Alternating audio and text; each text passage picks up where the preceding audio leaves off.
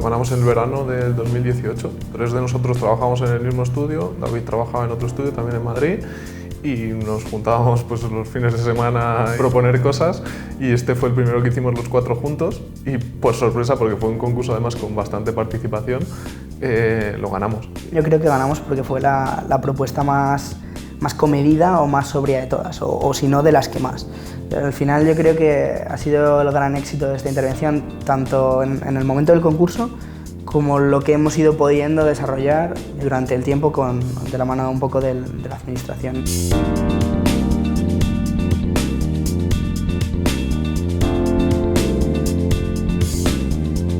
Esto es un complejo educacional, ¿no?, que está formado por 5 edificios independientes, son todos como de diferentes etapas. Lo que nos pedían, una propuesta era sobre el edificio principal y sobre la plaza. La intención del ayuntamiento era que el mismo arquitecto fuera el que interviniese en los 5 edificios. Tenían un plan a largo plazo y estaba claramente faseado. La principal intención era abrir todo el complejo al pueblo.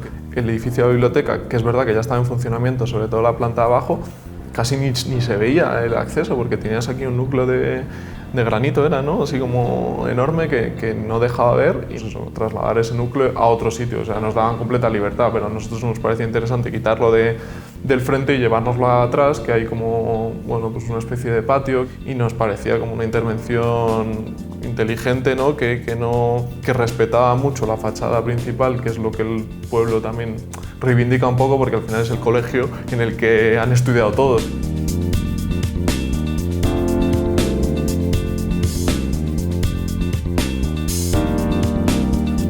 Una vez que entendemos el valor de la envolvente, empezamos a analizar el sistema estructural, ¿no? Entonces descubrimos que hay una espina dorsal central en el edificio, que es un muro de carga lineal en el que apoyan los dos pórticos, digamos, estructurales, y a partir de ahí pues entendemos que podemos liberar completamente estas 2 naves longitudinales en el edificio.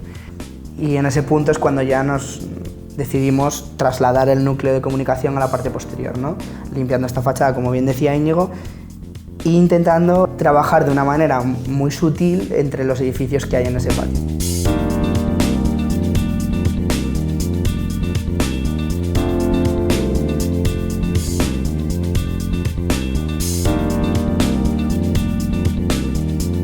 Es un patio que linda con el edificio anexo y que al final meter un núcleo de comunicaciones de esa envergadura pues tiene su complejidad estructural, ¿no? Al final tienes que cimentarte en un patio en el que estás con riesgo de descalzar el edificio al lado, que tienes que micropilotar. Hemos dado con una forma geométrica bastante interesante que propone un recorrido semicircular desde la planta inferior hasta la superior y que en el interior alberga el núcleo de ascensores, ¿no?, y todas las comunicaciones, todos los patinillos. A su vez yo creo que la relación que propone con el edificio anexo es bastante interesante, como es tangente esa semicircunferencia con el edificio del vecino. De la mano de eso vino dando un poco el sistema constructivo. Decidimos hacerlo todo en fábrica de ladrillo, trabajar desde el interior del círculo, generar que esa estructura fuera portante y que a la vez fuera fachada y que fuera lo más sincera posible. Entonces tuvimos bastante debate de cuál era la mejor geometría que podía generarse, y ligando un poco lo que comentabas antes, hasta el punto de que una semana o 2 semanas antes de entregar el proyecto de ejecución decidimos cambiar por completo la geometría del núcleo. Recuerdo una reunión que fue muy tensa y muy importante y que al final yo creo que a posteriori ha sido todo un éxito, pero que decidimos desechar todo el trabajo que teníamos con el proyecto de ejecución medio realizado y medio dibujado por cambiar completamente la geometría.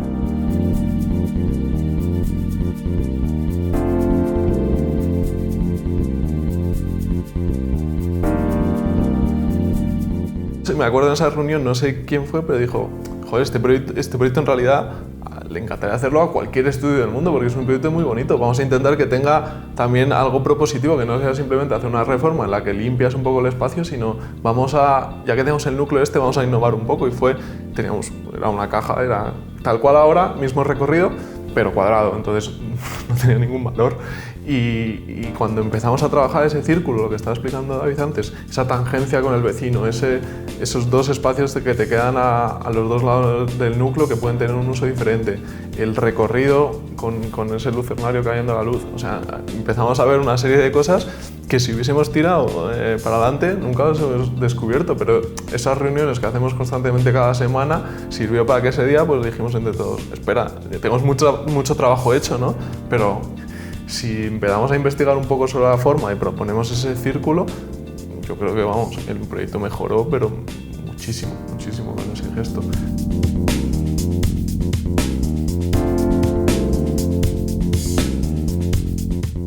Creo que hacemos ese trabajo de no quedarnos con la imagen, que hoy en día la arquitectura es todo de imágenes y parece como que también es un poco lo que hablábamos de la artesanía, de poner en valor el proceso y no tanto el resultado final. Entonces, trabajamos mucho la referencia, pero desde ese prisma.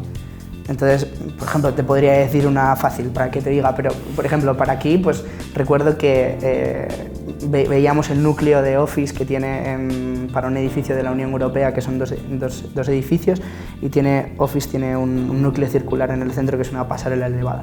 Y decíamos, jolín, qué interesante, pero si lo ves, ese proyecto no tiene nada que ver con el nuestro. Simplemente quizás pues, nos dio la tangencia, ¿no? Como esa pista de, jolín, ¿de qué manera podemos interactuar con un edificio que ni siquiera es nuestro, que es el del vecino? En nuestro caso, si te fijas, luego de repente pues decimos, oye, pues en vez de hacer un círculo, no, lo partimos por la mitad, tal, no sé qué. Luego tú das iteras esa referencia y la haces tuya y la manipulas. A nivel geométrico, en el estudio a nosotros siempre nos interesa mucho trabajar la geometría. Entendemos que cuando limitas los recursos, la calidad espacial y volumétrica tiene que venir dada un poco por la riqueza del diseño, ¿no? Y ahí es donde nosotros trabajamos mucho la geometría.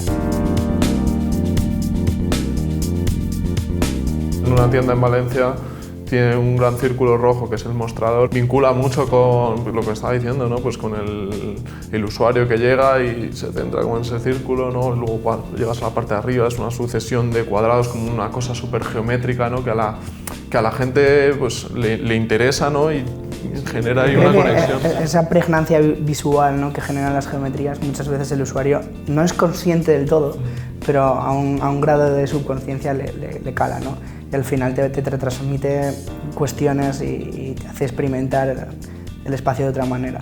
Y yo creo que ese estudio sí que está presente en la mayoría de nuestros proyectos.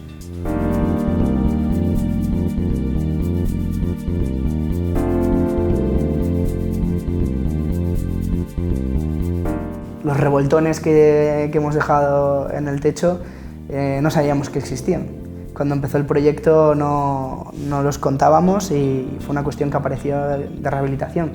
Entonces, bueno, pues tú también durante el proceso de obra vas descubriendo, vas limpiando y vas diciendo, jolín, esto me aporta, esto me lo quedo. Oye, esto que tenía aquí, que entiendo que es más superfluo, me lo quito y esto lo destino a esto otro, ¿no? Y entonces al final creo que eso es un poco también parte del proceso y del interés que tienen estos proyectos.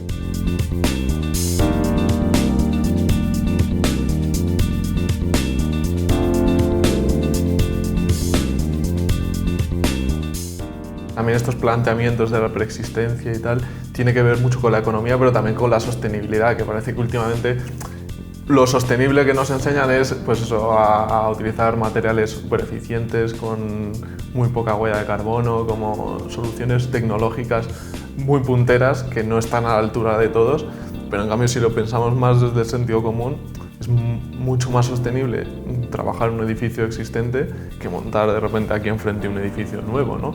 Incluso dentro de ese proceso buscar tú las maneras de, pues eso, recursos locales, en este caso el granito, la madera, siendo cosas de la sierra que no solo lo vinculan al usuario, sino que también vas a ahorrar económicamente, pues son materiales en teoría de kilómetro cero, ¿no?